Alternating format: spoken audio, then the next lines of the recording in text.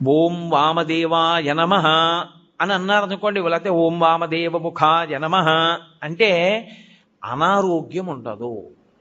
అందుకే శివాలయంలో ప్రదక్షిణాలు చేయండి అని ఎందుకంటారో తెలుసా?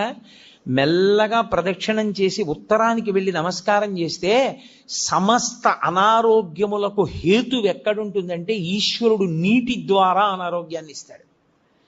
అందుకే బ్రతుకుట అంటే నీటి వలననే, భోగము నశించుట నీటి వలననే, అనారోగ్యము నీటి వలననే. సంజీవనం సమస్తస్య జగత సలిలాత్మిక భవ ఇత్యుచ్యతే మూర్తిర్భవస్య పరమాత్మనః అంటుంది లింగ పురాణం. నీటి మీద ఆయన అధిష్టానం. మీకు అందుకే ఏదైనా ఊరు వెళ్ళారనుకోండి, నాకు అక్కడ కూర పడలేదండి అండవు, నాకు ఆ నీళ్లు పడలేదండి అంటాడు. అనారోగ్యమునకు కారణము నీరే, మనిషి పడిపోవడానికి కారణము నీరే. నీరు అంత శక్తివంతం. నీటి